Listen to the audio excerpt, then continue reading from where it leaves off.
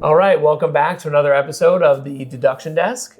Today we're going to be discussing something that's a little complicated, a little convoluted from a tax standpoint, from an investment standpoint. I think there's a lot of people out there that are really, unsure about this whole situation in general, and that's cryptocurrency, and specifically cryptocurrency and how it's taxed. There's a lot of platforms that we have the ability to buy some of this cryptocurrency on, but what happens when we sell it? What happens when we use it as a transactional cost for services? Yeah, the actual purpose of crypto, right? Right. Well, and again, I think that's the hardest part, right? Is what is it actually, right? Yeah. There's half of the population that has an idea of what it is. There's half of the population that are buying it because they think they're going to make a lot of money on it, right? Yeah. So the practical uses for it are important. And then from a tax standpoint, how do we make sure that when we are involved in crypto, that we're not putting any of our other income in a position where now all of a sudden we owe more tax than we expected? Yeah. Right? Yeah. I think like when you think of crypto, maybe I even have this wrong, but I think of it as, the ultimate final form of crypto would be it's a currency that doesn't fluctuate in value day to day, and you're using it to exchange for services and goods. I want to buy a cup of coffee. I can use my Bitcoin to go buy coffee. Right. And I'm not regretting doing that because tomorrow Bitcoin goes up. So do we need to wait until like coffee shops, view it as currency, like they would take it on themselves? Like when does it become that reality? I don't know. I think that's like what the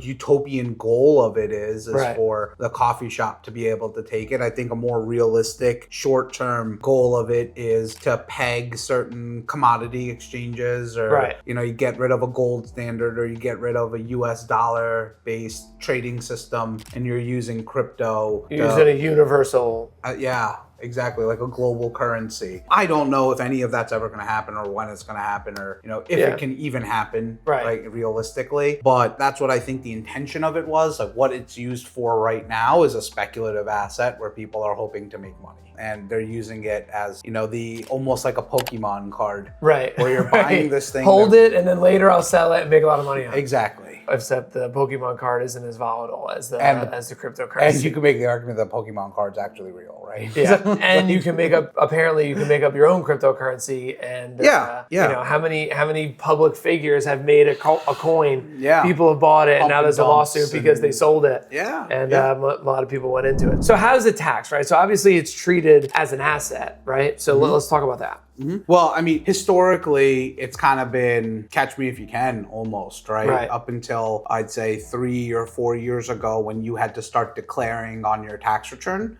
whether or not you have digital assets. Right. And if you traded digital assets. So now it's still like, I think by the nature of some of these types of coins, right? Like you have like a Monero, which is meant to be very, obfuscated from the public. Like you're not able to see who owns and the transactions, whereas like Bitcoin, there's still wallets and you can see on the blockchain who it's going to. You can track everything from start to finish. If you know somebody's wallet, you should be able to figure out what they got and didn't get throughout a year, right? So, and then there's certain coins like the ones I mentioned that maybe are intended to be more, shady and like hide things. So I think historically it's been a little bit of a catch me if you can type of situation with crypto. And now if you declare on your tax return you didn't trade those digital assets and you actually did, you've committed fraud, and you have potential large penalties, if not jail time, by not declaring these things. Yeah. So I think it's the punishment which is being used as the way of how they track it. Starting 2025, a new form is going to be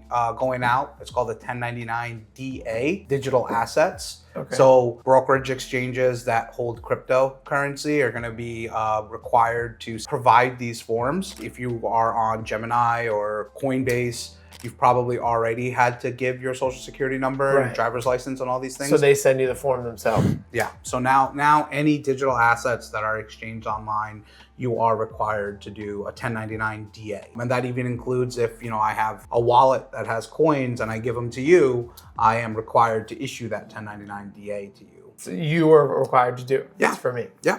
Correct. Interesting. So how is it taxed, though, is a very complicated question because it's not taxed like many other things, right? This isn't the equivalent of a stock per the government. Because there's things like wash sales that you don't have to worry about. So a wash sale, just quick recap for people who don't know. If I have JP Morgan stock, let's say, right? And that stock goes down considerably, but I believe in JP Morgan as a company, and I try to play a game and I say, well, the stock's down, I'm taking a loss right now, let me sell my shares, book the loss. Right, for tax purposes. 3,000 could go ordinary income, passive is whatever the loss is. But I'm gonna go right back into the stock the next day. Right. And then ride it up to whatever it's gonna go up to, right? You would think that would be a nice tricky way to show some paper losses and use it to save some money on taxes with the government. The IRS is majority of the time ahead of us in this. Yeah, exactly. Usually they are. And they said that, if you do this and you re-enter a position, or you entered that position 30 days prior to selling the stock, right, those losses you can't take. You roll those losses over. So you basically suspend the loss, right? How does that work with crypto? Crypto, since it's not technically a stock or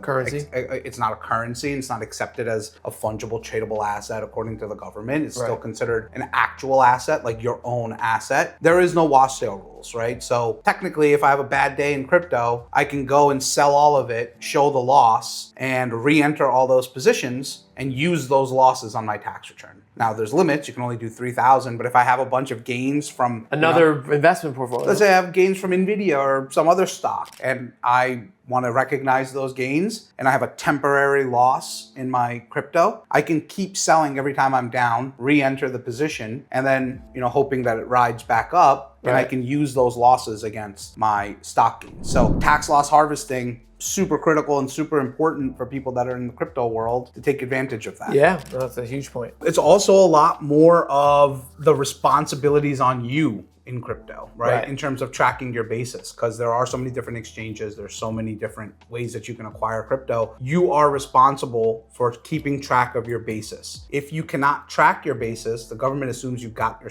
coins for free, and they'll assume that you have the whole thing is gains, and everything is taxable as a gain. Still short-term and long-term. Still ordinary short-term, income tax, capital gains, correct, net investment income. But that's where you run into the problem. If you can't prove when you bought your coin or how much you paid for it or what date you bought it for, they're gonna say it's 100% gain and it's a short-term gain. Well, same thing from most of the videos that we talked about from the IRS's standpoint, right? We're gonna assume you're wrong and you need to prove us wrong, right? Yeah, there's a lot more reporting requirements, right? With addition of the 1099 DA plus these digital asset declarations that you have to do on every tax return. There's more reporting requirements. There's a high push from the IRS towards AI and digitally tracking crypto and making sure that people are paying tax gains on these cryptos. Right. Here's the biggest difference between crypto trading and like stock or currency or anything else that you invest in. If I were to pay you, like let's say you help me with my taxes or my wealth management or my financial planning, right? And you give me an invoice for $5,000. Okay. And I send you crypto. Instead of paying you the $5,000, right? Joe's already increased the fee to $10,000. So I'll send you. Good idea. So I'll send you the coin. That's a sale for me. It's not me paying for a service. I have to recognize that I sold this crypto, the amount I gave you at $5,000.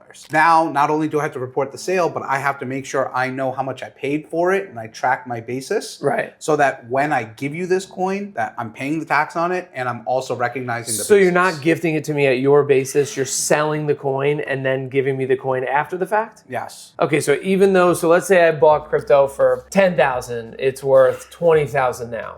And your invoice for me is $20,000. Yeah. If I give you that coin, I'm realizing the $10,000 gain, your new cost basis is the $20,000. Yeah, and I'm paying tax on the $20,000 because I did a service and I got paid for it. So I'm paying tax on $20,000. My coin is now cost basis at 20. Right. You gave the coin to me at 20. You bought it at 10. You have a $10,000 gain for paying me in crypto. Right. Short term is less than 12 months. It's really costing you $12,250, which would be the 22.5% tax on that $10,000 capital gain that you have. So it's actually costing you money to pay me in crypto. That's interesting. And I wonder why a lot of these companies have probably not adapted that opportunity as a way to get paid for services, right? Because they know eventually it's not going to run out, and probably the resources that it takes to actually collect Coinbase from other people. Like, I think what's his name from the Mavericks? Mark Cuban. Yeah, Mark Cuban started to receive Bitcoin for purchasing seats or season tickets or whatever. And I don't know if he's still Used doing to be able that. to buy Teslas with Dogecoin. Right. Yeah. No, I don't owned know if Dogecoin those once. are- Let's not talk about that. I saw it go up during Saturday Night Live and didn't sell it, and then it went back down to absolute dog shit or Doge shit, whatever it is. So it was basically just off of whatever Elon tweeted at the time. Yep. That point exactly is, I think, a big reason why a lot of people are hesitant to go into it.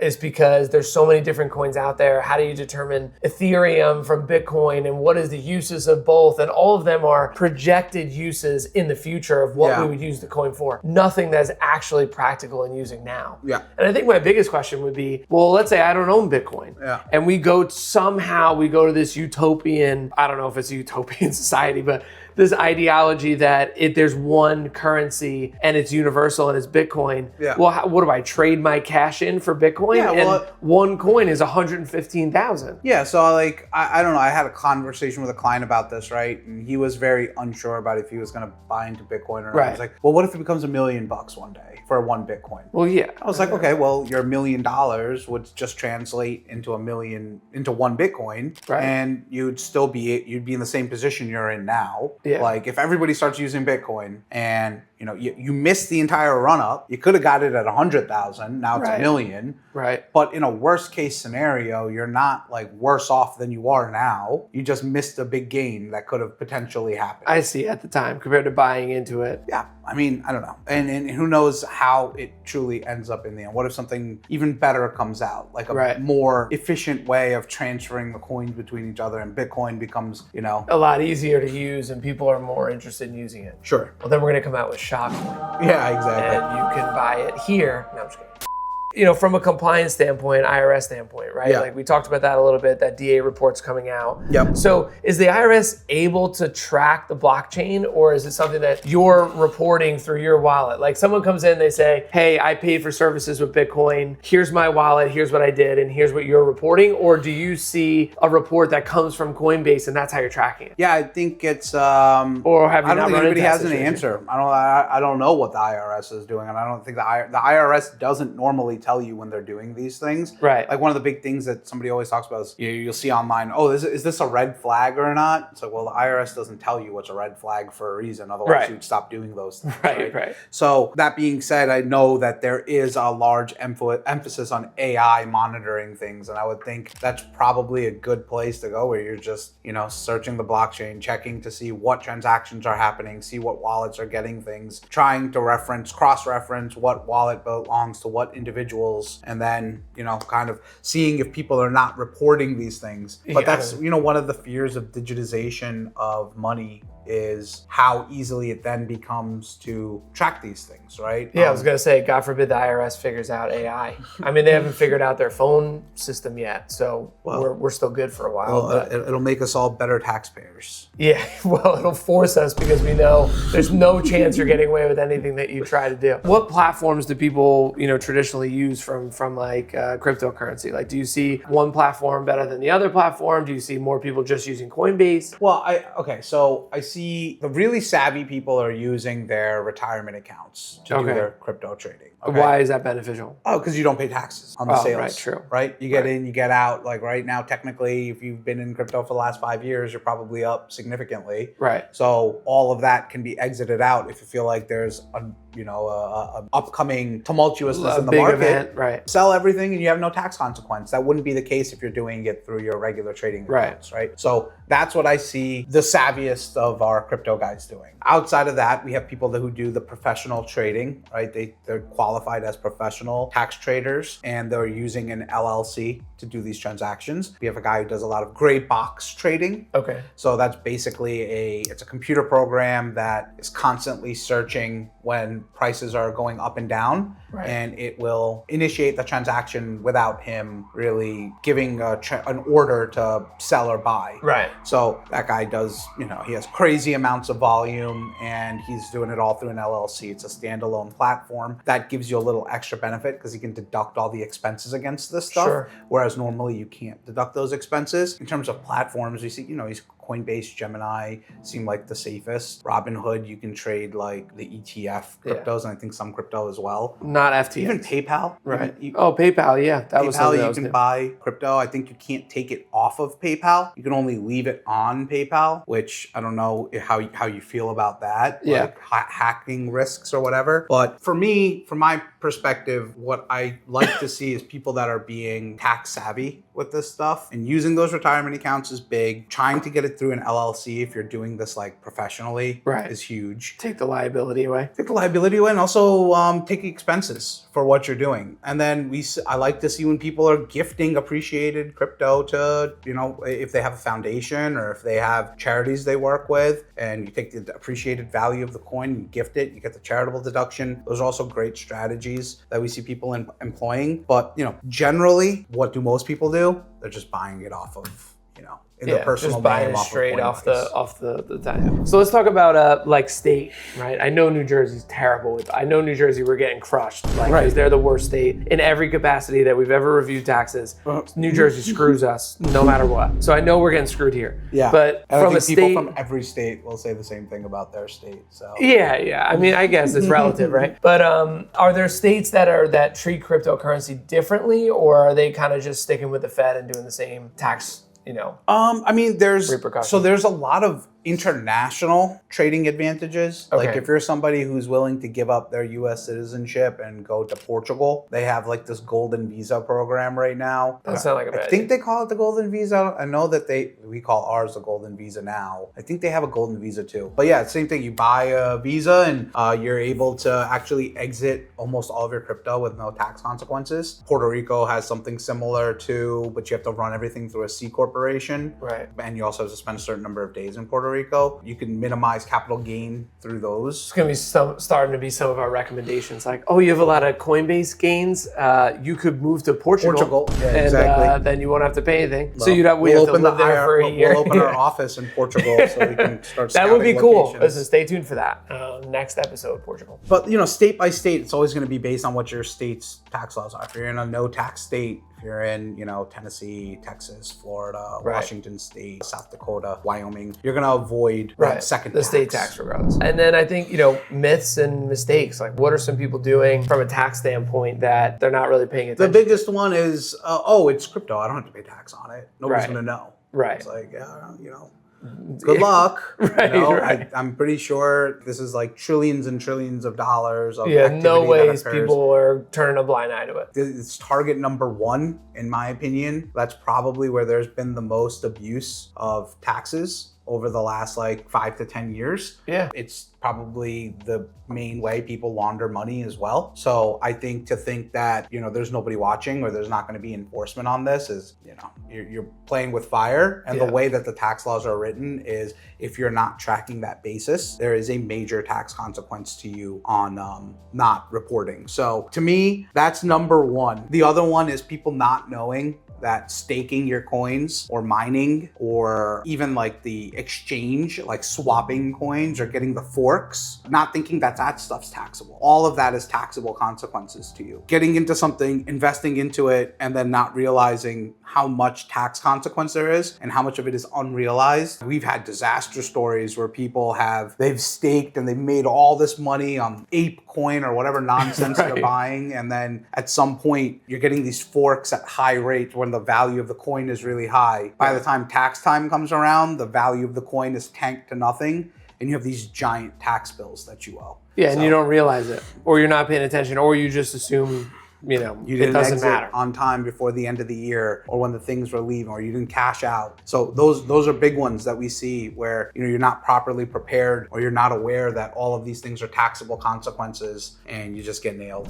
So 3 takeaways from this call. What are your top 3? Track your basis really well. Right. Every time you're buying, diligent about it, have a spreadsheet. Be over diligent. Know when you bought it, know how much you bought. If you ever move it, make note of it. If you ever sell it, make note of it. So this way you can bring it back. 100%. You're putting money into this thing, you're investing into this, do yourself a favor and keep a track of this so that you don't get destroyed with taxes at some point, right? Look at FTX. People bought stuff on FTX. FTX doesn't exist anymore. Yeah. You were maybe lucky enough to pull some of your coins coins off of there, you're trying to sell, you have no cost basis because you didn't track it. What do you do now? Right. Right. Yeah. Like how do you prove what you paid? That's like number one with a bullet is keep track of your basis. Right. Number two, tax loss harvest.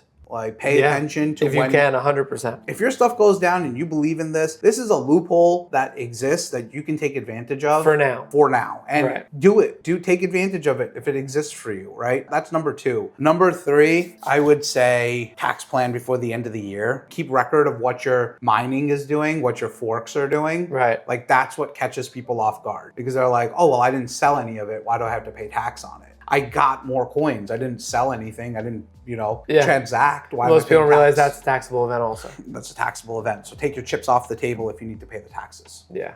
Guys, thanks again for joining. Hopefully that was informational from a tax perspective. And if you're a crypto investor, make sure you be careful. We'll see you guys in the next episode. Thanks.